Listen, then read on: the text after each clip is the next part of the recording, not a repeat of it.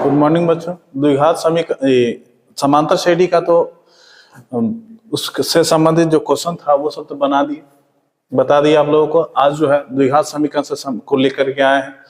इसको देखिए, इसमें से कुछ जो इम्पोर्टेंट क्वेश्चन है विगत कुछ वर्षों से जो पूछा जा रहा है उसी आधार पर जो है कुछ 20 ऑब्जेक्टिव क्वेश्चन मिलेगा और साथ ही साथ उसका सब्जेक्टिव क्वेश्चन भी आएगा। तो उसको आज बनाते हैं और आप लोग समझिए। उससे पहले जो है हम लोग थोड़ा सा इसका रिवीजन कर लेते हैं कि आखिर द्विघात समीकरण होता क्या। ठीक है, इसमें ये इसके नाम नहीं छुपा हुआ है, ये द्विघात लिखल है, मतलब जिसका घात दो हो उसे द्विघात समीकरण हम लोग समीकरण कहते हैं। ठीक है, समीकरण कहते हैं।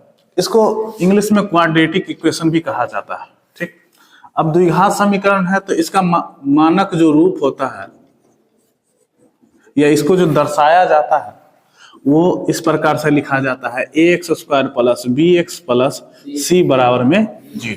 ठीक है, कई बार पूछ चुका है कि द्विघात समीकरण के शून्यक कितने होते हैं। द्विघात समीकरण के शून्यक कितने होते हैं, तो इसके शून्यक होते हैं 2 होते हैं। कितने होते हैं? 2। इसको हम लोग पढ़ते हैं अल्फा और बीटा पढ़ते हैं। ठीक है, इसी प्रकार से त्रिघाती बहुपद में जाएंगे तो 3 हो जाएगा, अल्फा बीटा और गामा। ठीक है, इससे पहले होता है रैखिक समीकरण। पीछे थोड़ा सा पढ़ लेते हैं रैखिक समीकरण। तो इसमें इसका घात जो होता है ना 1 होता है। इसका घात कितना होता है? 1। तो याद रखिएगा जितना घात होगा है उतना ही उसका शून्यक होगा। तो इसका शून्यक कितना हो जाएगा? 1 हो जाएगा। ठीक है, तो ये भी कभी कभी क्वेश्चन पूछ देगा, जैसे में ax प्लस b पूछ देगा कि इसका शून्यकों की संख्या कितनी है, तो कितना होगा? 1 होगा। ठीक है, क्योंकि इसको हल करने पर ये माइनस बी और ये नीचे आ जाएगा, तो इसलिए इसका शून्य कितना हो जाता है? 1 हो जाता है। लेकिन द्विघात समीकरण में कितने शून्यक होंगे? 2। और त्रिघात बहुपद में कितने शून्यक होंगे? 2, हाँ 3।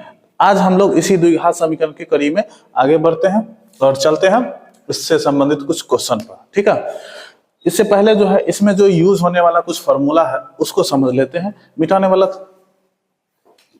देखो, इसमें हम लोगों को ज्यादातर यूज होता है शून्यक पढ़ लिए हैं, ये द्विघात समीकरण का अल्फा और बीटा। ठीक है, तो इसी से संबंधित इससे पहला क्वेश्चन हो जाता है। रुको थोड़ा सा मिटा देते हैं फिर लिखते हैं। इसमें जो होता है वो सबसे पहला चीज हम लोग को ज्ञात करना होता है विवेचक, जिसको डी से सूचित करते हैं। इसका फॉर्मूला होता है minus B square minus 4ac। ठीक है, इसके बाद शून्यक है ये, तो शून्यक का जो संबंध होता है, ठीक है, सबसे पहला होता है शून्यकों का योग। शून्यकों का योगफल, ये हम जानते हैं कि आप लोग पढ़े हुए हैं, लेकिन फिर भी इसका रिवीजन कर लेते हैं। अगर कोई बच्चा नहीं पढ़ा होगा उसको रिवीजन करने की आवश्यकता हो तो वो इससे उसको स्पष्ट हो जाएगा। तो इसका फॉर्मूला हो जाता है, इसको हिंदी में लिखते हैं शून्यकों का योगफल और इसको संकेत में लिखते हैं अल्फा प्लस बीटा बराबर माइनस बी बटा ए। ठीक है, अभी कि कैसे होता है ये बाद में बता देंगे, अभी सवाल बनाने के क्रम में अभी आप सिर्फ फॉर्मूला को लिख लीजिए। ठीक है, दूसरा होता है शून्यकों का गुणनफल। इसका होता है अल्फा इंटू बीटा बराबर, इसका फॉर्मूला होता है c/a। ठीक है, इसके बाद ठीक इसमें भी एक फॉर्मूला होता है द्विघात समीकरण को ज्ञात करने का। द्विघात समीकरण को ज्ञात करने का जो फॉर्मूला होता है वो होता है आपका x square minus alpha plus beta into x plus alpha into beta. इसके माध्यम से भी हम द्विघात समीकरण को क्या कर सकते हैं? ज्ञात कर सकते हैं। ये सब फॉर्मूला जो है, ये जो फॉर्मूला है इससे बहुत सारे प्रश्नों को हल किया जाता है और हर परीक्षा में इस पर आधारित तरह तरह से क्वेश्चन को बना करके दिया जाता है, जो बहुत ही इजी होता है। लेकिन बट्टा में कभी गुणनफल में दे देता है, जिसके कारण बहुत बच्चा कंफ्यूजन में आकर के इसको छोड़ देता है। ठीक है, तो अब ये फॉर्मूला हो गया। इसके अलावा जो बीजगणित का जो फॉर्मूला होता है वो हम लोग ये जानते ही हैं, अल्फा प्लस ये अल्फा ए प्लस बी के होल स्क्वायर, इसको तो लिखने की जरूरत नहीं है।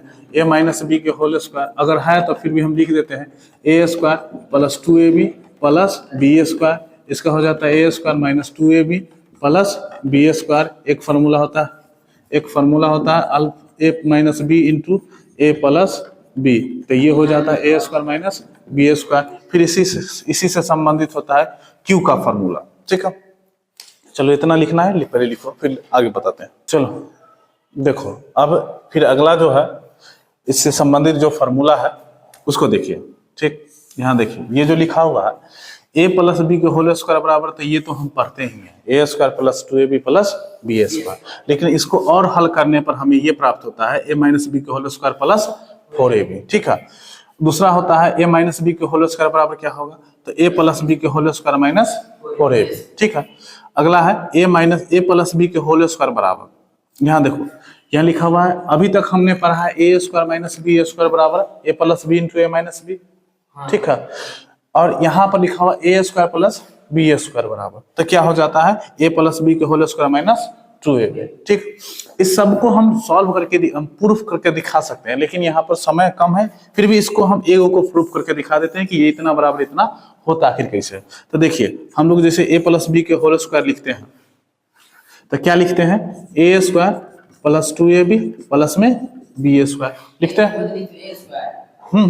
ए प्लस बी के होल स्क्वायर क्या लिखते हैं, A square plus 2ab plus B square. अगर हम इधर ए स्क्वायर और बी स्क्वायर को अगर छोड़ देते हैं तो ये वाला भाग उठ के इधर चला आएगा, तो क्या हो जाएगा ए प्लस बी के होल स्क्वायर माइनस में 2ab बराबर में क्या आ जाएगा ए प्लस बी के होल स्क्वायर। ठीक है, तो ये सब गणित का फॉर्मूला है जो मतलब हमको समय बचाने में, सवाल बनाने के क्रम में समय बचेगा, इसीलिए ये सब फॉर्मूला को एक जगह इकट्ठा करके लिख दिए। ठीक है, तो ये फॉर्मूला आप लोग लिख लीजिए, इसी से बना हुआ ये फॉर्मूला है।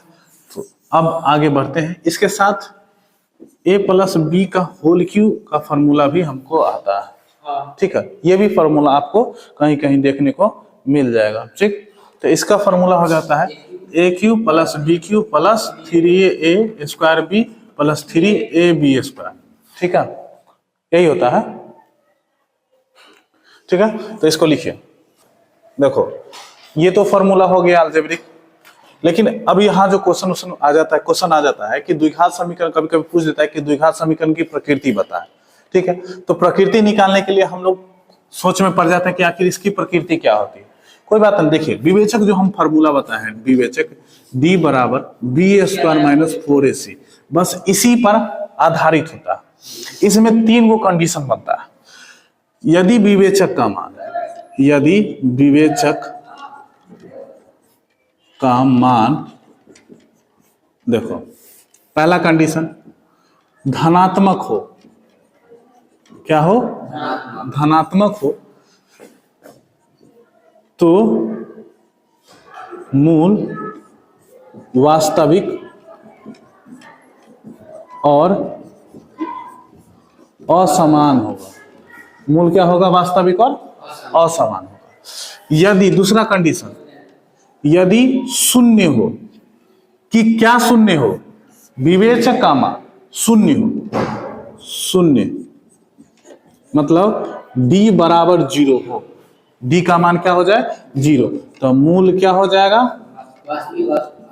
वास्तविक और समान हो जाएगा। ठीक है, और यदि तीसरा कंडीशन कि ऋणात्मक हो जाए, ऋणात्मक हो मतलब d जो हो लेस देन 0, मतलब d जो है 0 से क्या हो, कम हो। ये इसका सिंबल छूट गया था, d 0 से बड़ा हो, तो ये इसमें मूल जो होगा, मूल वास्तविक नहीं होगा। ठीक है, ठीक, मूल वास्तविक नहीं होगा। तो ये आपका द्विघात समीकरण के मूलों की प्रकृति यदि पूछता है परीक्षा में, तो उसके लिए हमारे पास 3 कंडीशन है।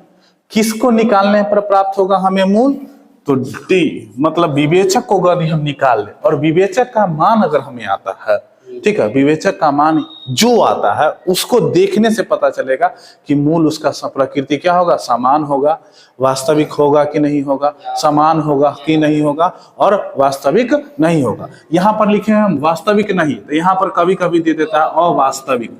क्या दे देता है?